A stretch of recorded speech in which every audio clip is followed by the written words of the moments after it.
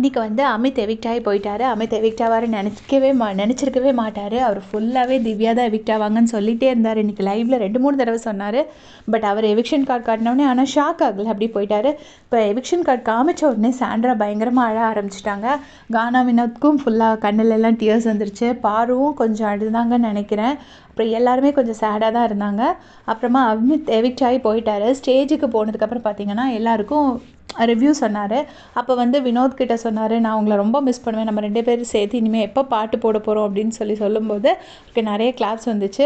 அப்புறம் பாரு கிட்ட வந்து ரொம்ப அநியாயமாக நீ பேசுகிற நியாயங்கள்லாம் நான் நீ ரொம்ப மிஸ் பண்ணுவேன் அப்படின்னு சொல்லுவார். அதுக்கும் பயங்கரமாக கிளாப்ஸ் கிடச்சிது. இப்போ அவர் சொல்லுவார், பாரு உன்னால் எனக்கு கிளாப்ஸ் கிடச்சிருக்கு அப்படின்னு சொன்னார்.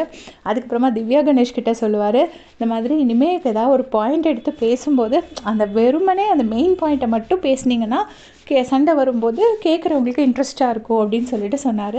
அப்போ திவ்யா சொல்லுவாங்க, இன்ட்ரெஸ்ட்டாக இருக்கிறதுக்காக சண்டை போடல, எல்லாருமே வந்து சண்டை போடுறதுக்காக தான் சண்டை போடுறோம், அந்த இடத்துல இன்ட்ரெஸ்ட்டாக இருக்கிறதுக்காக பேசலன்னொடனே டக்குன்னு விஜேஎஸ் பிடிச்சிருவார். பிடிச்சி அமித்தை ஏமா போகிற மனுஷன்ட்டு அப்படி பேசாதம்மா அப்படின்னு சொல்லிட்டு அமித்தை பிடிச்சி அப்படி ஹக் பண்ணுவார். பிடிச்சிட்டு அந்த இடத்துல வந்து திவ்யா அப்படி பண்ணியிருக்கக்கூடாது. ஏன்னா எவிக்ட் ஆகி போகிறவங்க ஒரு ரிவ்யூ கொடுப்பாங்க. ஜஸ்ட் அந்த இடத்துல ஒரு ஸ்மைலோட கடந்து போயிடணும்.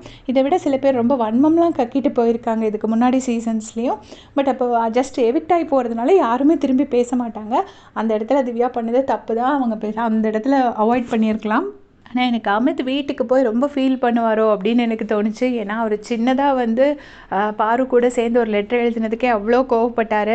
இப்போ வீட்டில் போனால் வெளியில் சோஷியல் மீடியாவில் எல்லாத்துலேயுமே அவர் என்ன பார்வதி என்ன சொன்னாலும் கேட்குறவர் அப்படிங்கிற மாதிரி அவருக்கு ஒரு ரிவ்யூ இருக்குது.